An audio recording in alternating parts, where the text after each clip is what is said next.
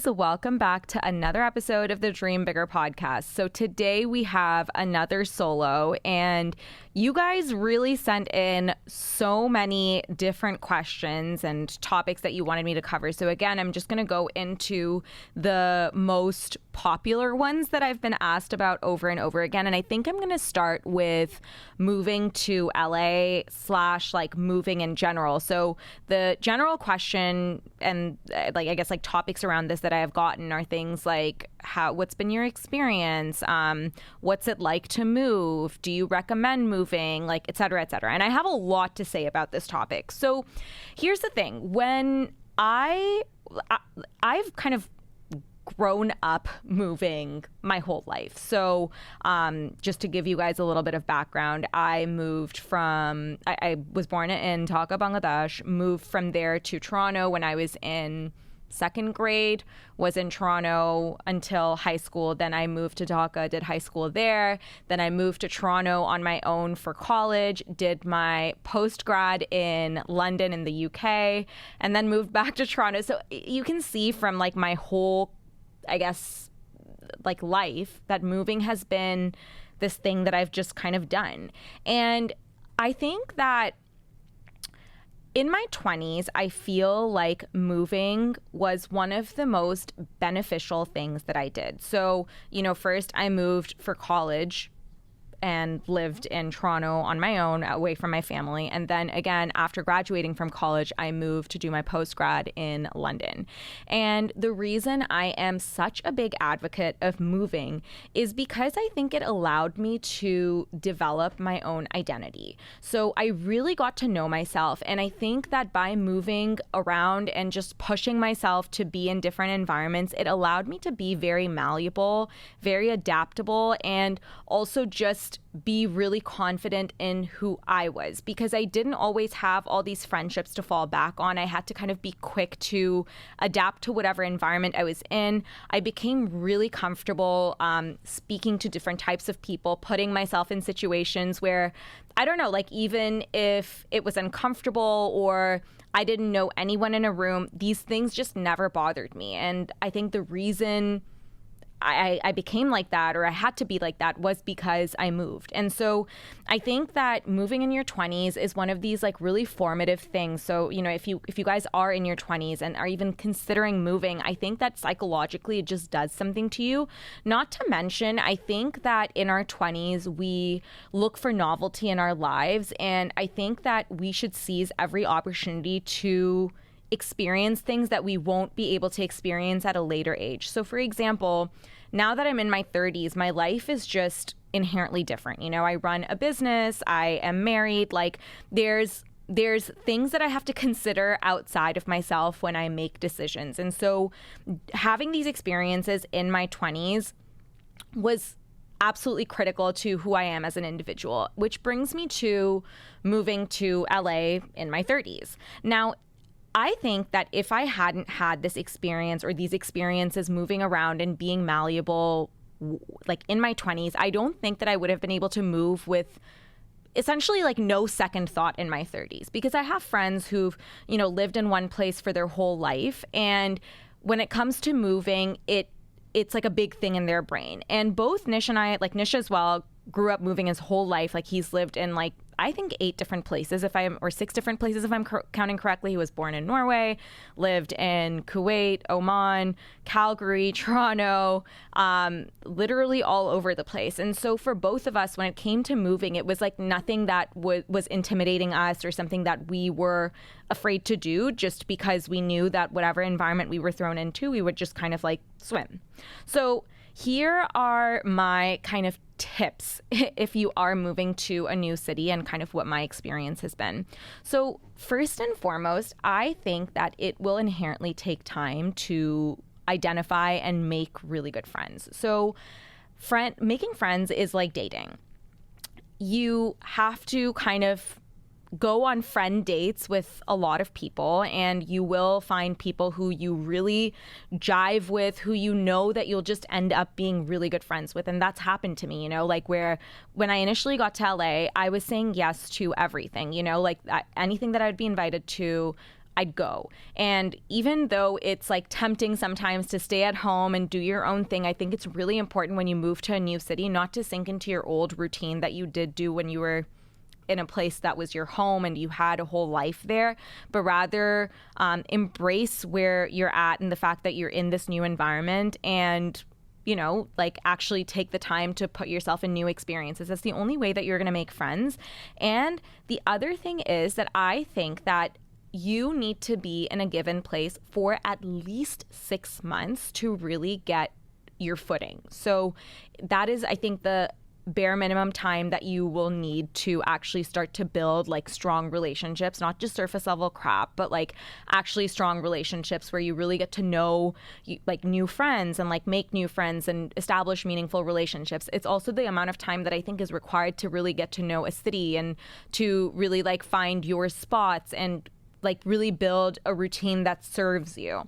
So I feel like no matter what, you can't, like when you first move to a city, if it feels intimidating, that's fine. It's normal that it'll feel really big. But as you start to acclimate to the new city and like give it some time, it will start to feel a lot more small and more doable.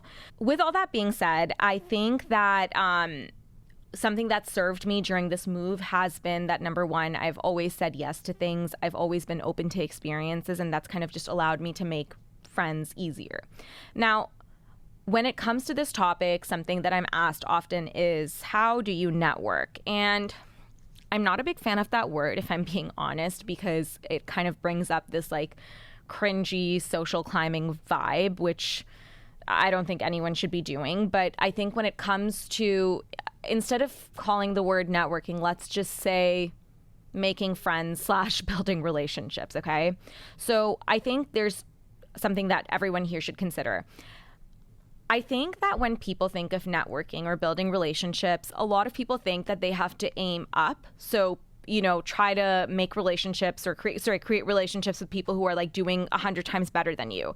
And I think that it's really, really important to make friends laterally. So what I mean by this is find people who are, you know, in parallel industries or kind of like doing something that's interesting, but they're kind of like around the same level that you're at, or like maybe a little bit above while you're making friends. And the reason I say that is because I think that when you're in a high-powered career or you're a founder, it can be very isolating. And making friends laterally ensures that you have people to go to when, number one, like things go wrong, or to celebrate wins in life. Like I think that that's just really important to have a good group of people that you can go to. And, you know, I know that when I was younger, I would look at brands like Away or Glossier or even like Vogue, and I would constantly question like, oh my God, how is it that all of these people, like all of these successful people are at the same place at the same time? Like,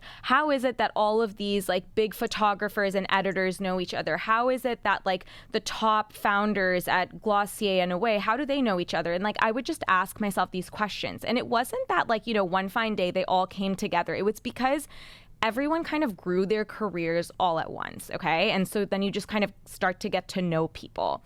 And so that's what I mean about creating friendships and relationships laterally. I think then you can grow together with your friends, and then you have like people you can lean on for resources. So, you know, networking is obviously like a question that I get asked, or like, how do you make your friends, blah, blah, blah. That's what I would say. And in terms of mechanisms to make friends, again, say yes to everything. Like use Instagram. If you have Instagram, reach out to people. People are very, very friendly and very kind. So I feel like for me, if I was friends with someone on Instagram, I DM'd them being like, let's get coffee. Or if I was invited to a lunch or a dinner and it was like with a big group of other women or people who I found cool, then like I'd always make it a point to get their number and like make it a point to meet up with them afterwards to get to know them. So just things like that. Again, I think at the end of the day, it's putting yourself out there, and if someone doesn't answer you, like what's the worst that can happen? You know what I mean? Like it doesn't mean anything. Like don't take it personally. Just put yourself out there, and I think that like that you will make friends. Okay, so jumping from this to more fashion things. So these are questions that are kind of like FAQs that I get from you guys a lot. And a few people recommended that I do 2 specific topics around fashion. Number 1 is clearing out my closet, how I decide what to keep and what to give away. So it was an interesting exercise moving my things from Toronto to LA, because I know that the bulk majority of things are things that I'm just going to give away because, my style has evolved. Everything has evolved. Where I buy clothing from has evolved, because like the things that are in storage went into storage in Toronto were like things that I'd bought in my 20s. And I just think that you just kind of evolve when you're in your 30s. Obviously, not everyone's situation is like this. So here's what I personally do. If I haven't worn something in 6+ months, obviously seasonality doesn't count, but 6+ months, like say for example, it's summer and it's been summer and I don't wear something summery for 6 whole months, that means I'm never going to wear it and I'm just going to give it away. And I think as I've grown older, something that I really value is less things, but more that are high quality. So I don't really shop from a lot of like super fast fashion places anymore. I like to make sure that everything that I buy is super timeless. I want to make sure that things that I'm adding to my closet I can wear with like a whole bunch of different things. So that's kind of how I'm making my purchasing decisions. So you can see if you watch this on video on YouTube, I'm wearing like this top, which is like a linen top with buttons, and it's like a pretty like neutral, nice top.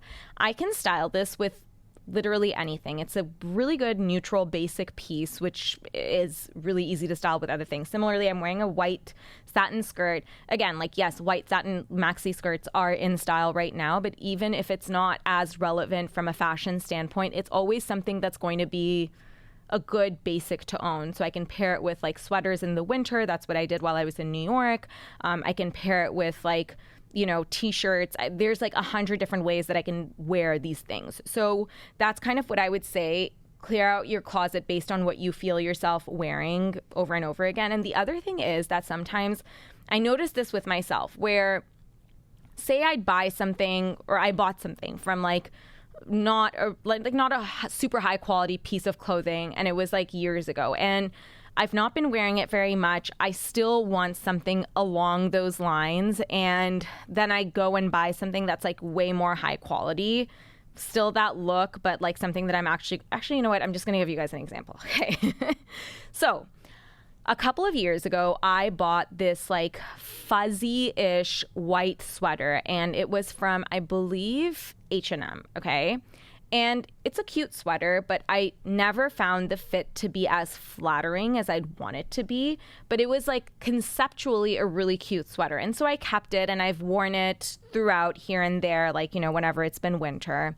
And then I went to New York a few weeks ago, and I went into the Totem store and found this gorgeous, stunning, like I cannot even tell you, I saw this sweater. It was this like creamy white oversized alpaca blend sweater, which had a very similar concept to the one that I'd bought from H&M, but completely different fit, quality, look. Everything about it was different. Just conceptually, it was the same.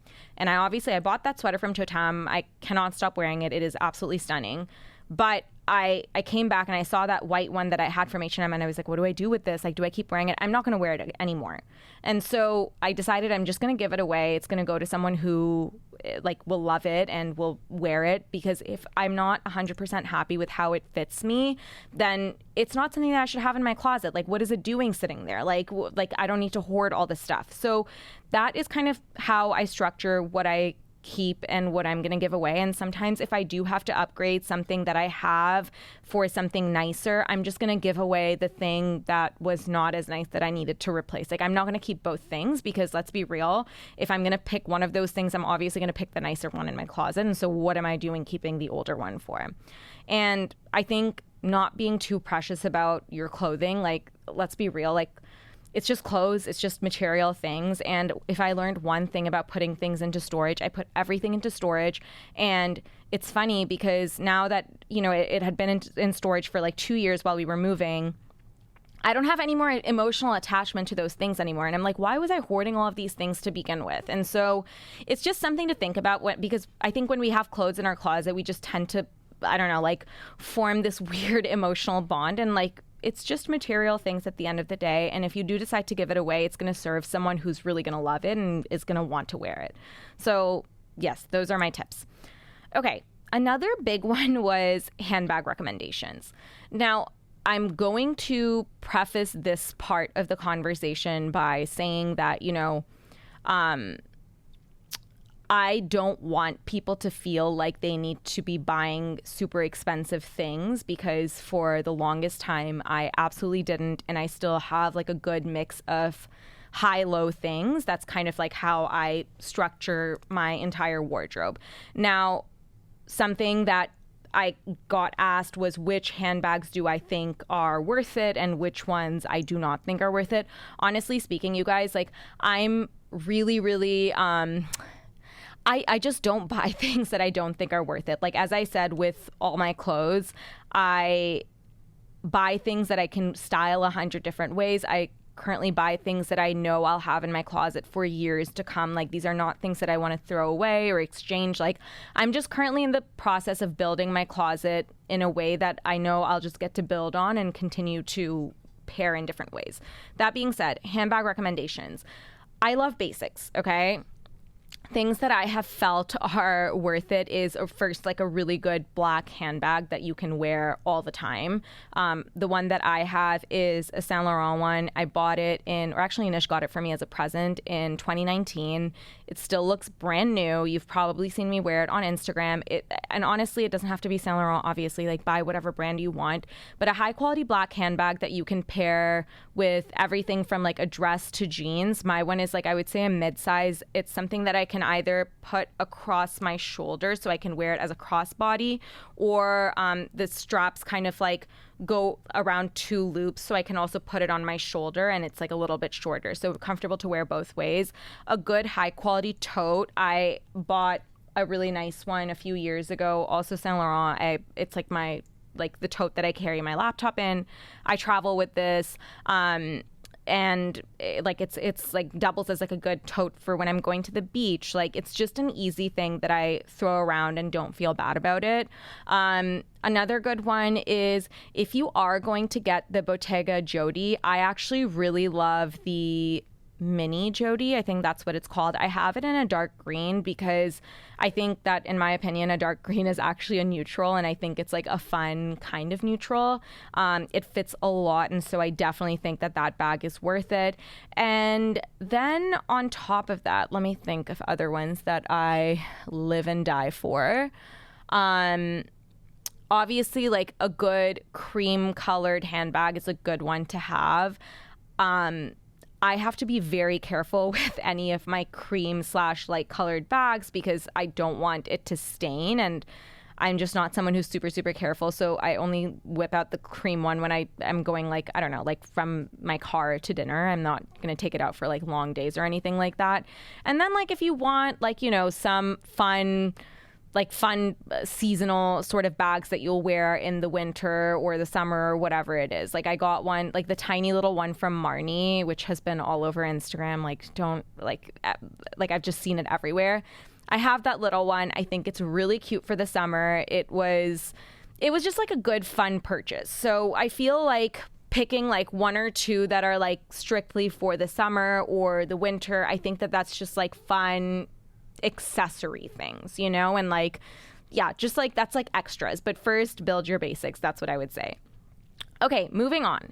Favorite jewelry brands. Okay, so as you know, if you've ever seen a picture of me or have watched me video during podcasts, I'm big on jewelry. I love good gold jewelry, okay? Not always real gold, but like, gold colored. So the things that I wear constantly every single day are my 3 bracelets from Ring Concierge. 2 of them were from my mother-in-law. I absolutely love them. And one of them is a tennis bracelet that I got for myself. So these are the 3 things that I have on my wrist at all times. I never take it off. I sleep with it. I'm obsessed with it. Obviously, my engagement ring, it is from Blue Boho. It is a beautiful like small boutique jewelry store in Toronto. My engagement ring, for those of you guys who are wondering, is a one-of-a-kind sapphire with 2 small diamonds on the side. I love this ring. I think that it's unique, and I just fell in love with it when I saw it, and I'm so glad that Nish got it for me. So those are like my everyday jewelry things. Other jewelry brands that I'm obsessed with, obviously already mentioned Ring Concierge. Love Shashi for, it's on Revolve. It's for like more, it's like costume jewelry, but like high quality. So like the gold doesn't tarnish or anything like that. I have a bunch of their pieces. Their hoops are really beautiful. I've bought jewelry to wear like for my friends' weddings from there. It's a really, really good, like solid brand that will not that will not disappoint you. Another brand that I am obsessed with for jewelry, I'm actually wearing 3 of their pieces. So if you see this, these 2 rings and my hoop earrings are all from We Wore What. This was a jewelry drop that she did recently, and I think she's going to keep doing jewelry drops, but I know that those things kind of sell out. But if you do see a jewelry drop from We Wore What, I highly recommend you shop it because it's quite inexpensive and very, very high quality. Like as soon as I put these 3 rings on, like in the middle, like my middle finger, I'm actually wearing a real diamond ring. And let me tell you, like these 2 pieces from We Wore What are like really, really high quality, and they don't look like at all cheap compared to my literal real diamond ring. Okay, another great brand for costume jewelry, Electric Picks. Again, doesn't tarnish. I have a ton of their pieces, always reliable, always get compliments on it. A lot of my hoop earrings and just like earrings in general are from there. Another great brand, Missouri, have a lot of rings from them. Not a lot of earrings, but just like good quality rings. Again, I'm only recommending brands that don't tarnish and look super, super high quality. Another good one, Jennifer Behr.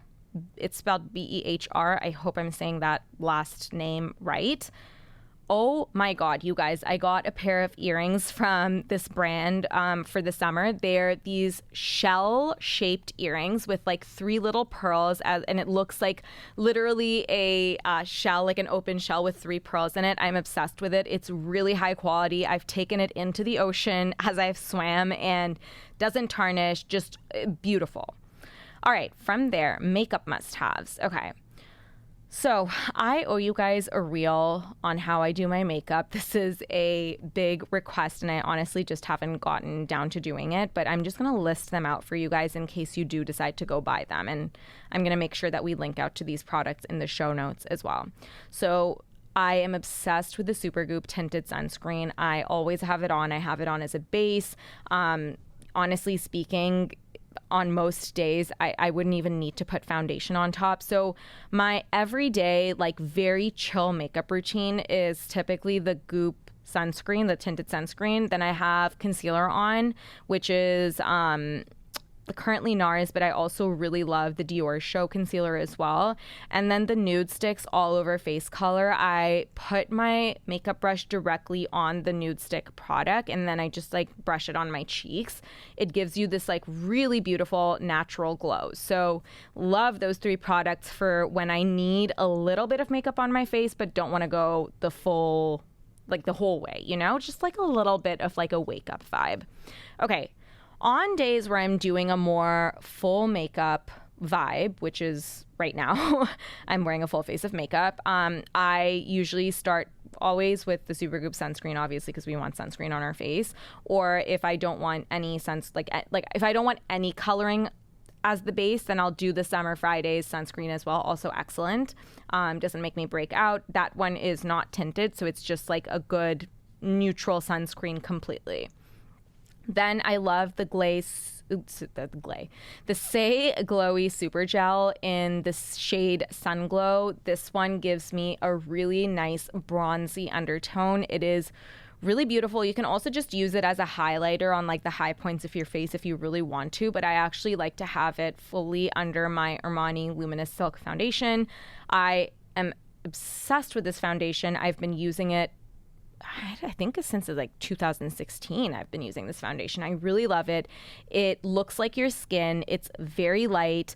I'm not someone who loves a ton of coverage. I feel like I just want something that's lightweight and breathable. And the Armani Luminous Silk Foundation is exactly that. It just looks like your own skin, but better. Another really good product in the foundation / like tinted moisturizer category is the G Beauty Prime Skin. This, again, looks like your skin, but better. It is very light, like minimal coverage, but gives you exactly what you need for like a glow, which is how I personally like to do my makeup. Then in the blush category, I cannot say enough good things about the Patrick Ta blush. It's like a duo blush, so there's a powder and a cream. And how I personally do my makeup is actually a trick that I learned from Patrick Ta on TikTok. I use the powder blush, and then afterwards I do the cream blush on top because I feel like it gives me a really nice glow and it makes my skin look like skin. On that same note, love the Laura Mercier translucent setting powder. I just use it on my under eyes, and in terms of like steps for makeup, I do the powder blush first, then I set my under eye, and then I go over top with the cream blush. So just so if you want to know like the real details. Obsessed with the Charlotte Tilbury contour wand. Cannot say enough good things about this product. I am on, I think, my 4th wand. It is the only product I use for contouring. I just think it like looks like your own skin, and it blends really beautifully. With this product, less is more. My only one complaint with this product is they really need to fix their packaging. It's a little bit messy. It kind of like leaks, so you want to make sure that you're twisting it on and off when you're using it, because otherwise it's going to be a whole mess. All right, brows. Make Beauty Brow Gel, amazing clear brow gel, just really holds your brows in place. Listen, the soap brows and all of this shit doesn't work on me. I need something serious, and so this is the one. Refi also has a really good brow situation. I used that for a long time, but right now I'm not coloring my brows in. I'm just using a clear brow gel, and so that's why I'm obsessed with Make. Mascara, love either Ilia or Tower 28, and also I'm currently wearing the YSL Lash Clash Extreme Volume, which I've been loving. It was sent to me. Highly, highly recommend. I'd been using Ilia and Tower 28 for years, but just like the YSL one is something that I've been really loving. Love the Charlotte Tilbury eyeliner in brown. And, okay, look, I'm, again, a very low-maintenance girly, so I don't typically wear eyeshadow, but I got these 3 eyeshadows from Rare Beauty. Okay, it's the Rare Beauty Weightless Eyeshadow Sticks in the shades Well-Being, Compassion, and Contentment. And you guys, this thing is so easy to apply. You just put it on your lids in like the most messy fashion. You blend it. One of them, like the lighter one, I forget which shade it is. It's one of these 3. I put it on the corner of my eyes. It just like opens everything up. And the other 2 I kind of use on the middle of my eyes and the end. And it is like the most low maintenance way of looking high maintenance, but you're not high maintenance because it takes like 5 seconds to do. So if you're looking for good eyeshadows, which are like easy peasy, these are the ones for you. Lastly, for lips, the RMS liner in Sunset Nude is incredible. Another like obvious one is obviously Charlotte Tilbury Pillow Talk shade Medium. But yeah, these are my 2 go-to liners. I am going to be experimenting with more, so I will keep you guys posted. But because like I'm right at the tail end of my RMS one, and I'm like, it might be a good idea to like try maybe a few new ones just to have some fun. But the Sunset Nude shade it just does not miss. I'm obsessed with it. And then Kosas lip gloss in shade Revealed. Those are like always the 2 products that I have on my lips. Really, really good. All right, let's go into supplements. So when I wake up, immediately in my water, I put in the Le de Puff drops. That is our limited edition collab with the Skinny Confidential. It's an incredible product because it helps with everything from inflammation to bloating to digestion. So it just gives your digestive system a kickstart in the morning. I also really like to use this product at night if I'm going out to eat or if I'm drinking, just because, again, like it really helps with inflammation. Last night I went out for sushi. Rice, makes me look a little bit puffy, so I put it in my water like a full dropper, and, I was good to go.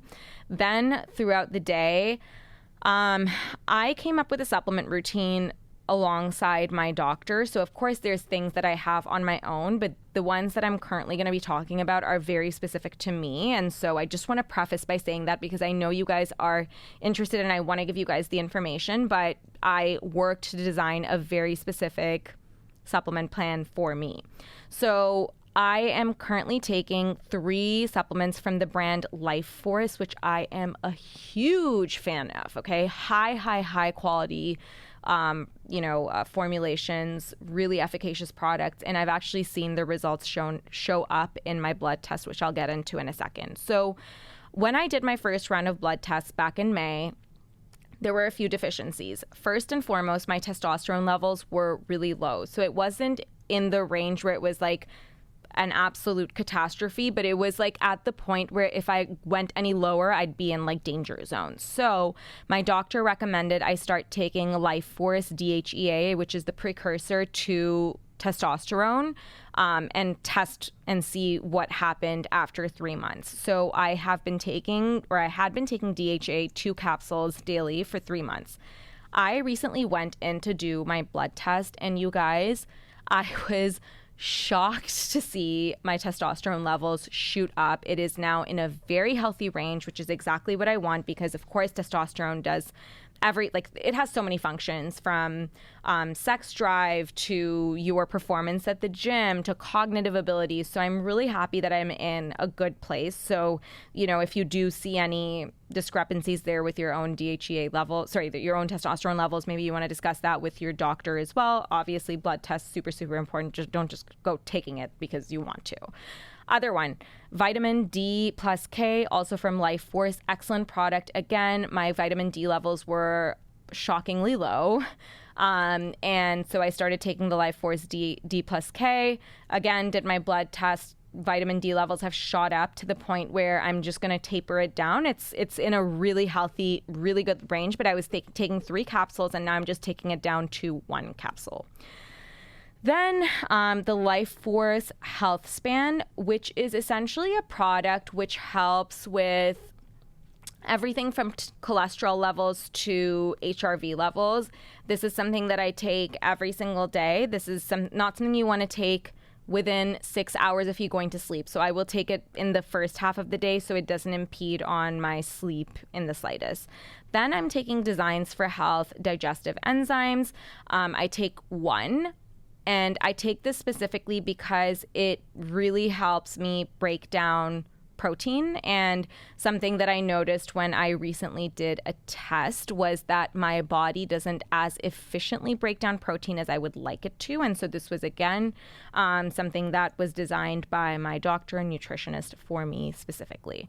Then, again, because of another deficiency, my B vitamin levels, because I have thalassemia and I'm a South Asian woman, this can sometimes happen. My B12 levels, I believe, were like really tragically low. And so I take a B complex blend from Designs for Health. And then I also take Glucose Supreme from Designs for Health as well. Again, this is something to help with blood glucose levels and just like the way that you are metabolizing the sugars in your food. And then because I have thalassemia, I take the Thorne Ferrosorb, which I personally think is the highest quality iron supplement that I've found. If you take iron supplements or have anemia or have that issue at all, you will know that iron supplements can sometimes cause gastric discomfort. So either makes you really constipated or the other way around. And nobody wants that. And the Ferrosorb is excellent because it does neither of those things. My stomach is perfect. I take it every day. It has immensely helped with everything from my energy levels to my hair, because I noticed that when my thalassemia was at its worst and I just wasn't taking any iron, I was all of a sudden losing all of this hair. It was really scary. And when I, started taking this supplement, it really, really, really helped with my hair as well. I barely lose any hair now and I just have a lot more energy. So highly recommended. Then in terms of my workouts, I'm going to just list my workout supplements. I take the Kion amino acids. I have it in the mango flavor. I'm obsessed with it. I have it before I work out and sometimes while I work out. So I'll just put it in some water. It's a very neutral, it's a very light product. So it's not like heavy like a protein shake. It's just light. It almost tastes like an electrolyte. Very easy to consume, and the amino acids are really great for everything from muscle protein synthesis to recovery to helping you perform better at the gym. So it has a ton of benefits, and I'm a big fan of this specific product. Then I really, really love creatine, which I've talked about in the past.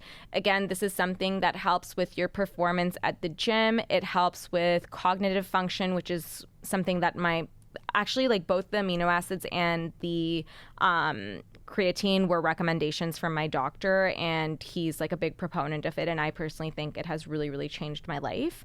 And then lastly, I don't know if this falls into the supplementation category, but I'm going to put it here. I am obsessed with the element, electrolytes. I really, really like them. I have it in my water maybe 2 to 3 times a day. Again, this was because I did a blood test. My hydration levels were low, and so that's why I'm having more than 1 sachet. So everything that I've done in terms of supplementation has been I've worked on it. It's a very specific plan to me. So, I can't say that enough. Then just for daily supplements, I forgot to also say I have the Designs for Health omega-3. So just fish oil, again, excellent for inflammation. Everyone's inflammation, I find that it just tends to run high because of the daily stressors of life. And so fish oil really helps with that. And then also the Symbiotica vitamin C, really excellent source of vitamin C. It's just good for the immune system. So that's something that I have every day. And then for sleep, I am obsessed with the BioOptimizer's magnesium. I have that every night, and I combine it with our Array sleep capsules, which makes sure that I get really, really high quality sleep at night. So I want to make sure that when I wake up, I've had sufficient amounts of deep and REM sleep. And so that's kind of what I'm working towards with both the magnesium and the sleep capsules, that cocktail blend of the two. I track my sleep on my Oura Ring, which I'm obsessed with, and I wake up and I see my stats, and it is really undeniable. And on days where I don't take those two things, it's not that my levels of deep or REM sleep are bad by any means, but it really, really makes a difference. And even when I'm on flights, I feel like it makes a huge difference. My deep sleep on flights, which is a near impossible task, is so good. So these are my absolute go-tos. And then on days where I have eaten maybe something that is disagreeing with my stomach or maybe too much of it, obviously bloat capsules. And I have our calm capsules on days where I'm doing podcast interviews or I have a big meeting, and I take that in the morning as well. Okay. Another thing, and the last thing I think I'm going to touch on during this solo, is an updated diet. So I talked about my whole diet plan and what I've been doing in, I will tell you exactly which episode. Let's see here.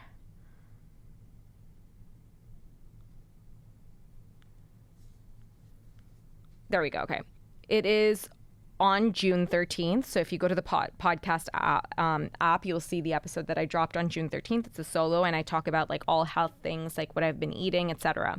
So my diet is very high in protein because I work out pretty rigorously, and so I need that to support my workouts, to make sure I'm building muscle tone and just constantly feeling satiated when I eat. I've noticed that ever since I started incorporating more protein into my diet, I have a lot more energy. I'm not hungry at all, really. I'm just completely satiated.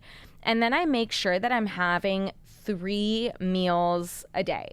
So this was something that I wasn't doing just because, I would intermittent fast, or it would just get busy during the day and I would forget to have lunch. And I felt that I'd hit this slump around 3 p.m. and it was obviously because I hadn't eaten enough. So now I make sure that I have 3 full meals every single day. And in terms of intermittent fasting, you guys know I was a big fan of intermittent fasting, I am a big fan of intermittent fasting, and I was doing it a lot. I have changed the hours into which I intermittent fast. No matter what, I will always make sure that there's a 12-hour gap between when I finish dinner and eat breakfast. But typically, before, sometimes I'd go into a 18 to 20 hour fast. I no longer do that, not because I don't believe in it. I really do. It's just because I wanted to update my protein intake, and it was really difficult for me to consume the amount of protein that was required for me to perform at the gym while doing these like very, very long fasts. So instead, typically my fasts now are between 12 to 14 hours. And I want to remind you guys that as you're on a health journey, I think it's okay to be fluid and change based on your current goals and where you are in life. I remember when I had decided based on conversations that I'd had with my nutritionist and doctor and trainers that like maybe I should cut down how much I was fasting. I felt like very emotionally attached to the way that I was doing things. And and then I just did it with an open mind. I was like, it's fine. Like, I know I've been doing things this way, but like time to change things. And I just think it's really important to be fluid and not emotionally attached with like health things as well. So I will say that. I'm also going to do with you guys a quick day in the life or in my life for food stuff, because you guys have like been curious about like what does a typical day look like for food for me. So I will tell you that. So today I was in a rush. I was coming into the studio to record podcasts at 10 a.m. So I had a smoothie I made my smoothie at 9:30, and I just had it while I was on my drive over to the studio. That smoothie contained blueberries, like frozen blueberries, frozen zucchini, half a cup of nut milk, water, protein powder, creatine, chia seeds, cinnamon, and some nut butter. So I want to make sure that when I'm making a smoothie that it contains really healthy sources of both protein, fats, and fiber and greens. So this is like, obviously, if you've read Body Love by Kelly LeVeque, it's a very basic formula, but it really is a formula for something that's going to keep you full and satiated, and it's obviously very full of micronutrients as well, which is something that we definitely want. So today I had a smoothie for breakfast. My protein source was obviously within the smoothie because I had protein powder in it. For lunch, I'm going to go home and I'm going to make a salad, and that salad will contain purple cabbage, which I've chopped up already, so it's easy to put together, edamame beans, grated or like shaved carrots, like those like really thin pieces, a bunch of cilantro, and then it's going to have an Asian sesame miso dressing, which I made over the weekend. So it's sitting in my fridge. It's really easy to just put into the salad. And my protein source is a ton of shrimp, which I also made, and it's just like easy. It'll go into my salad. It's not something I ever have to think about. So with weekday meals, everything is prepped in advance, so all I'm doing is just putting it together because I don't want a soggy salad to sit in my fridge. Instead, it's just much easier to assemble if the parts are already done. So that will be my lunch. And then for dinner, I will either have... I'm actually not planned what I'm having for dinner. It's like a little bit more fluid. But maybe tonight I'll do like some salmon and cauliflower rice, or maybe steak and broccoli on the side. Sometimes I do like a protein, like chickpea pasta with some sort of a fish on the side. So I'm like really fluid with my dinner choice. But yeah, that's kind of my day when it comes to food. I will say that the amount of protein that I eat at every meal is between like 30 to 40 grams of protein. So you can see like I'm having a lot of protein at every meal. And as a result, I'm just not hungry in the middle. And so I don't need to be snacking. And so that's why I'm not listing off any snacks, because I just don't feel hungry for any snacks in between. So that is kind of a day in my life when it comes to food. Right now as well, because my schedule is one that I like inherently end up traveling so much, and there's a few days of the week where I have to eat out, whether that's for lunch meetings or dinner obligations, something that I discussed with my doctor and nutritionist is kind of like a whole 30-ish approach, even when I'm eating out, because inherently what tends to happen is if I am eating out a lot and there's like tons of dinners or whatever, I'll just end up eating, I don't know, like whatever is on the table, and it's not necessarily something that I would eat at home. And that kind of compounds, especially if it's like, I don't know, 5-6 meals of the week. And so now even when I go out to eat, it's like mostly kind of like protein and vegetable heavy, which, no matter what, I've always ordered vegetables / proteins when I eat out, but just like a little bit more akin to what I would eat at home. So that is like my approach for food right now. Granted, one of my goals, of course, is to make sure that so I'm actually carrying a little bit more weight than I'm comfortable with. And I say this not because there's something wrong with how I look or how I feel in my body, but I will say that we all know when maybe like we're carrying a little more than we're normally comfortable with. I did do a full in-body scan at my doctor's office, and my body fat percentage had gone up very slightly. And so I'm just trying to bring that down to a place that I feel a little bit more comfortable, which is why I am doing a little bit more of a Whole30 style approach even when I'm eating out. Also because just the amount I've been eating out this summer has been really out of control.